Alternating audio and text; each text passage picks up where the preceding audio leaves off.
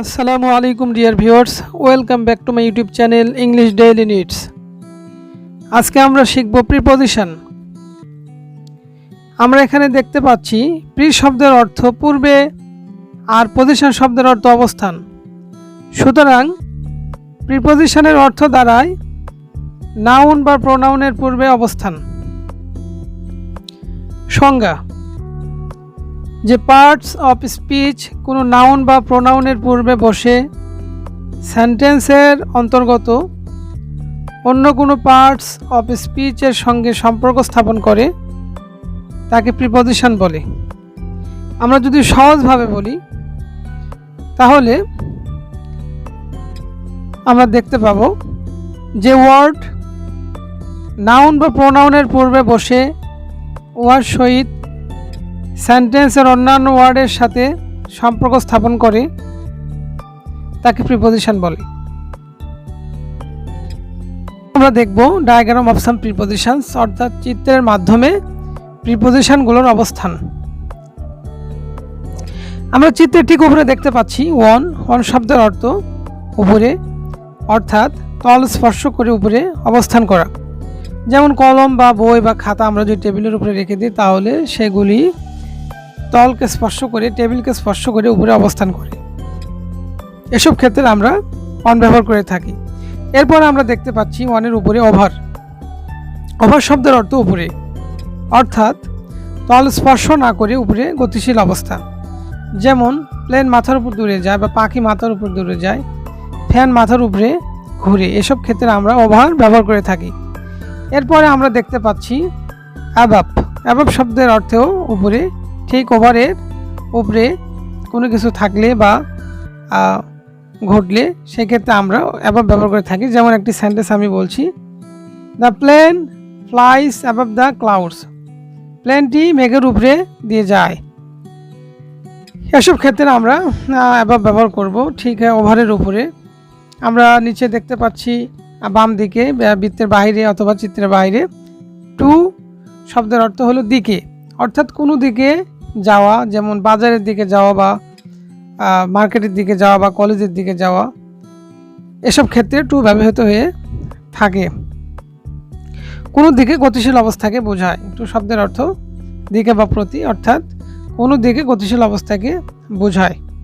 এরপর আমরা বৃত্তের ভিতরে দেখতে পাচ্ছি ইন, ভিতরে স্থিত অবস্থা, অর্থাৎ ভিতরে কোনো জিনিসকে স্থির অবস্থায় রাখলে আমরা ইন প্রিপজিশনটি ব্যবহার করে থাকি। আমরা বৃত্তের বাইরে দেখতে পাচ্ছি ডান সাইডে ফ্রম শব্দের অর্থ হতে বা থেকে, অর্থাৎ কোনো স্থান হতে গতিশীল অবস্থায় কোনো দিকে যাওয়া। যেমন রাজশাহী থেকে ঢাকার দিকে যাওয়া বা ঢাকা থেকে চট্টগ্রামের দিকে যাওয়া বা চট্টগ্রাম থেকে বগুড়ার দিকে আবার আসা। এসব ক্ষেত্রে আমরা ফ্রম ব্যবহার করে থাকি। এরপরে আমরা দেখব থ্রু শব্দের অর্থ হলো মধ্য দিয়ে অতিক্রম করা, অর্থাৎ যেমন ভিতর দিয়ে অতিক্রম করা, অর্থাৎ যেমন বনের ভিতর দিয়ে কেউ অতিক্রম করছে বা কোনো সরু রাস্তার মধ্য দিয়ে কেউ অতিক্রম করছে। কোনো কিছুর ভিতর দিয়ে অতিক্রম করা হলে সেক্ষেত্রে আমরা থ্রু ব্যবহার করে থাকি। আমরা চিত্রের বাইরে দেখতে পাচ্ছি আউটসাইড, অর্থাৎ বাইরে, স্থিত অবস্থা অর্থাৎ স্থির অবস্থা। কোনো জিনিস যদি বাইরে অবস্থান করে, স্থির অবস্থান করে, তাহলে সেক্ষেত্রে আমরা আউটসাইড ব্যবহার করে থাকি।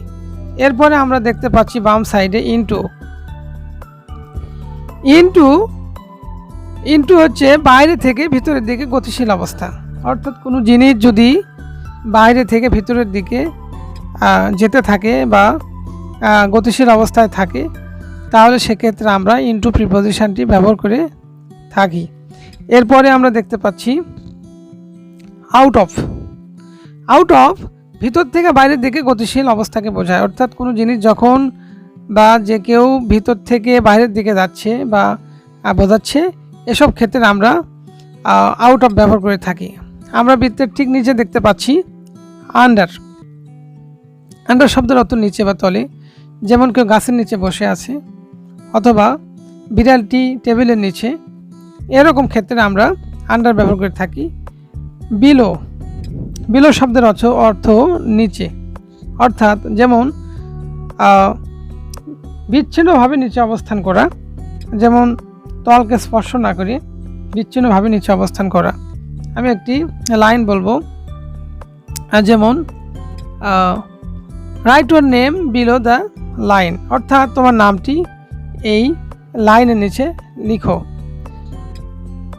ডিয়ার ভিউয়ার্স, আমরা ডায়াগ্রামের মাধ্যমে বা চিত্রের মাধ্যমে আমরা এই প্রিপোজিশনগুলোর অর্থ এবং অবস্থানগুলো আমরা জেনে নিলাম।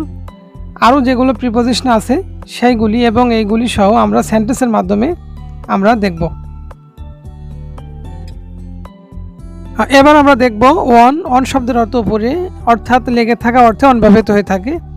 Number 1, there is a book on the table, অর্থাৎ টেবিলের উপরে একটি বই রাখা আছে, অর্থাৎ টেবিলের উপরিভাগের তলকে স্পর্শ করে একটি বই রাখা আছে। নাম্বার 2তে আমরা দেখতে পাচ্ছি keep some books on the table, অর্থাৎ টেবিলের উপরে কিছু বই রাখো। আমরা ডান পাশের চিত্রে দেখতে পাচ্ছি টেবিলের উপরিভাগের তলকে স্পর্শ করে কয়েকটি বই রাখা আছে। এবার নাম্বার 3তে আমরা দেখতে পাচ্ছি please sit on the chair, অর্থাৎ চেয়ারের উপরে বসো। এরপরে আমরা দেখব যে অন্যান্য কোন ক্ষেত্রে ওয়ান ব্যবহৃত হয়ে থাকে। আরও যেসব ক্ষেত্রে ওয়ান ব্যবহৃত হয়, একক দিন বা তারিখের পূর্বে অন বসে, যেমন on Sunday, on Monday, on that day, on Friday morning or afternoon, on the evening of the 7th March, অথবা অন 26th মার্চ। এসব ক্ষেত্রে অন ব্যবহৃত হয়ে থাকে। এবার আমরা দেখব ওভার শব্দের অর্থ উপরে গতিশীল অবস্থাকে বোঝায়, অর্থাৎ কোনো জিনিস গতিশীল অবস্থায় থাকবে। যেমন আমরা নাম্বার 1-এ দেখতে পাচ্ছি the bird is flying over the bridge, অর্থাৎ পাখিটি ব্রিজের উপর দিয়ে উড়ে যাচ্ছে। নাম্বার 2-তে আমরা দেখব the plane is flying over the head, বিমানটি মাথার উপর দিয়ে উড়ে যাচ্ছে, অর্থাৎ মাথার উপর দিয়ে কোনো জিনিস গতিশীল অবস্থায় থাকবে। নাম্বার 3 অর্থাৎ 3-তে আমরা দেখতে পাচ্ছি the fan is moving over the head, অর্থাৎ মাথার উপরে ফ্যানটি ঘুরছে। এবার আমরা দেখব অ্যাবাভ, অর্থাৎ উপরে, এর অর্থ হলো উপরে, অর্থাৎ স্পর্শহীন অবস্থায় থাকা। আমরা সেন্টেন্স দেখতে পাচ্ছি নাম্বার 1-এ the plane is flying above the clouds, অর্থাৎ প্লেনটি মেঘের উপর দিয়ে উড়ছে, স্পর্শহীনভাবে মেঘের উপর দিয়ে উড়ছে। আমরা নাম্বার 2-তে দেখতে পাচ্ছি দ্য স্কাই ইজ অ্যাবাভ আস, আকাশটি আমাদের মাথার উপরে, যা স্পর্শহীন।